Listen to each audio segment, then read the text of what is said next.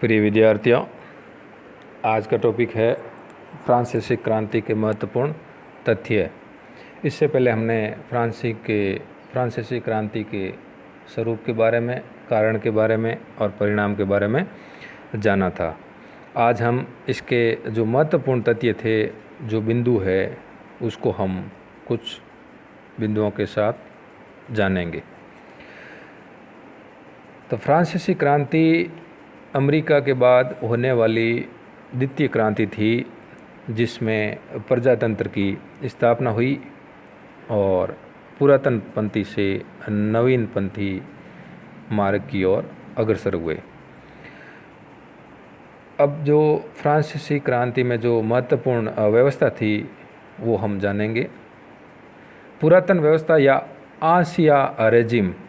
पुरातन व्यवस्था से तात्पर्य सभी अच्छाइयों और बुराइयों सहित उस महत्वपूर्ण राजनीतिक, प्रशासनिक, न्यायिक, सामाजिक, आर्थिक और धार्मिक व्यवस्था से है, जो कि सन 1789 की क्रांति से पूर्व फ्रांस तथा यूरोप के अधिकांश देशों में विद्यमान थी। फ्रांसीसी क्रांति इसी पुरातन व्यवस्था को उलट देने के लिए हुई थी। बास्तिल, दूसरा बिंदु। बास्तिल पेरिस से थोड़ी ही दूर पर स्थित एक छोटा सा किला था, जिसे रिस्लू, जिसका समय था 1624 से 42 के समय, बंदी गृह का रूप दिया गया, यानी वो जेल बना दिया गया था किले को। यहाँ राजनीतिक बंदी रखे जाने के कारण जनता इसे निरंकुशता और अत्याचार का गढ़ मानकर घृणा करती थी। बास्तिल एक किला ही नहीं, एक सिद्धांत और एक परंपरा का प्रतीक था। उसका पतन एक सिद्धांत और परंपरा का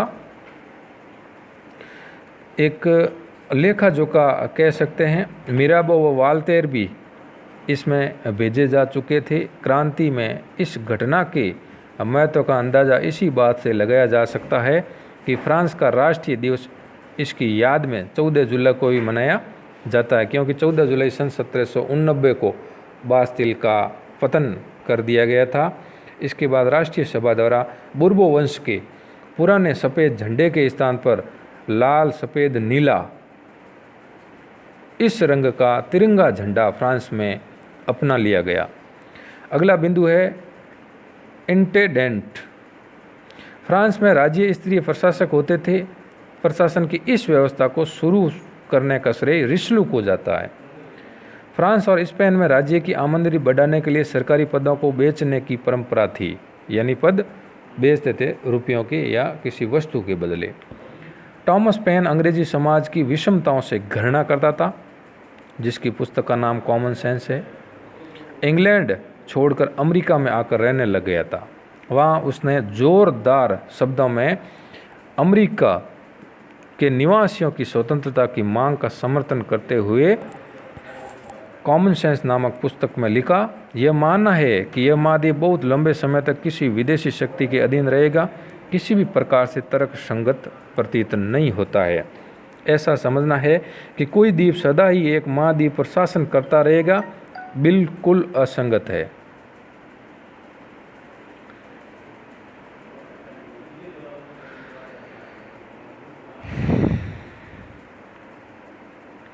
टॉमस पेन कहा करता था कि विश्व मेरा देश है, समस्त बंधु मेरे भाई है, भला करना मेरा धर्म है।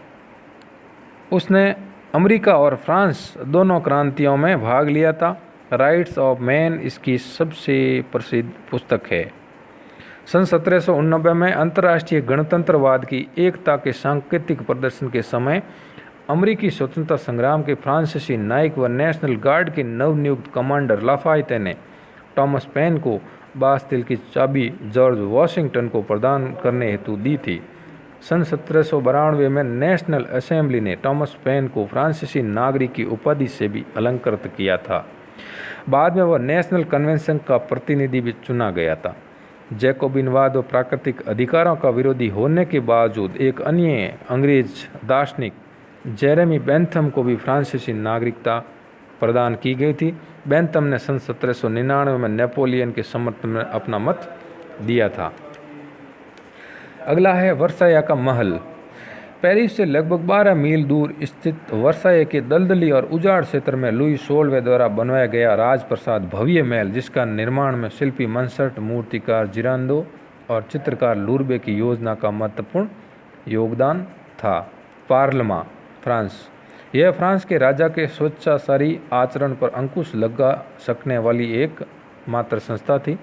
कुल 13 पार्लमा में पेरिस की पार्लमा सबसे अधिक शक्तिशाली थी।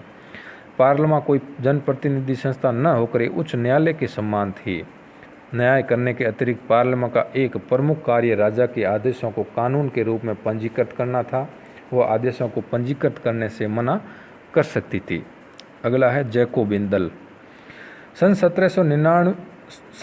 1789 में फ्रांसीसी संविधान के कुछ प्रगतिशील सदस्यों ने society of the friends of constitution नामक एक संस्था का गठन किया।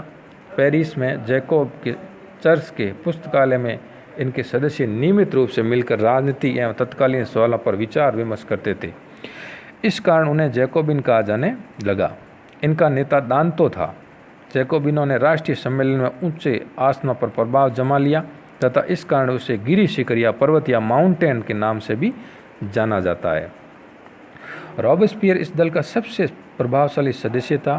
क्रांति काल में जैकोबिनों के एक बड़े समूह ने समय को अलग दिखाने के लिए कुलीनों द्वारा घुटनों तक पहने जाने वाले वस्त्र ब्रीचेस यानी घुटना के स्थान पर गोदी कामगारों की तरफ धारीदार लंबी पतलून पहनने का निर्णय लिया गया।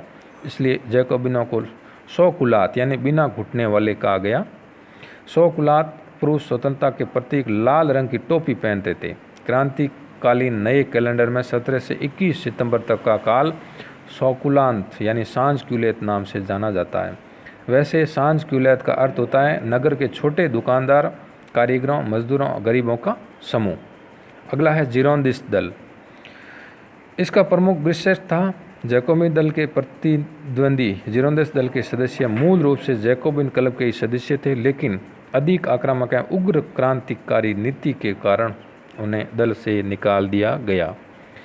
इस दल के अधिकांश सदस्य जिरोंद प्रांत से संबंधित होने के कारण इन्हें जिरोंदिस्ट कहा जाता है। इनका प्रमुख नीति संचालक था ब्रिस्ट। इस कारण इन्हें ब्रिस्टोटिन्स के नाम से भी जाना जाता है। वेरियो व धूमरोज इसके अन्य प्रमुख सदस्य थे। Man of plane, estate general की कार्रवाई के दौरान अध्यक्ष के बाईं तरफ बैठने वाले जैकोबिन, दाईं तरफ बैठने वाले जिरोंदिस्ट लोगों के मध्य बैठने वाले लोगों को मैन ऑफ द प्लेन यानी मैन ऑफ मार्स कहा जाता था। ये लोग अवसरा अनुकूल कभी जैकोबिन दल का तो कभी जिरोंदिस्ट दल का समर्थन करते थे नीतियों के अनुसार। फैया, फ्रांसीसी क्रांति के दौरान राजतंत्रवादी दल के लोग फैया नामक गिरजे में मिलते थे, इस कारण इसको फैया कहा जाता। अगला बिंदु है estate general. Estate general French शब्द एता जेनेरा का अंग्रेजी रूपांतर है। 1302 में स्थापित यह संस्था फ्रांस में किसी भी प्रकार की नियमित संसद नहीं थी, न ही इसे कानून बनाने का कोई अधिकार था। कानून बनाने का अधिकार केवल पार्लियामेंट का था। इसका कार्य केवल परामर्श देना था। इसका अधिवेशन आमंत्रित करना राजा की इच्छा पर निर्भर था, लेकिन जब फ्रांस का राजा संतानहीन मर गया तो इंग्लैंड के एडवर्ड तृतीय से सिंहासन की रक्षा करने में इसने महत्वपूर्ण भूमिका निभाई।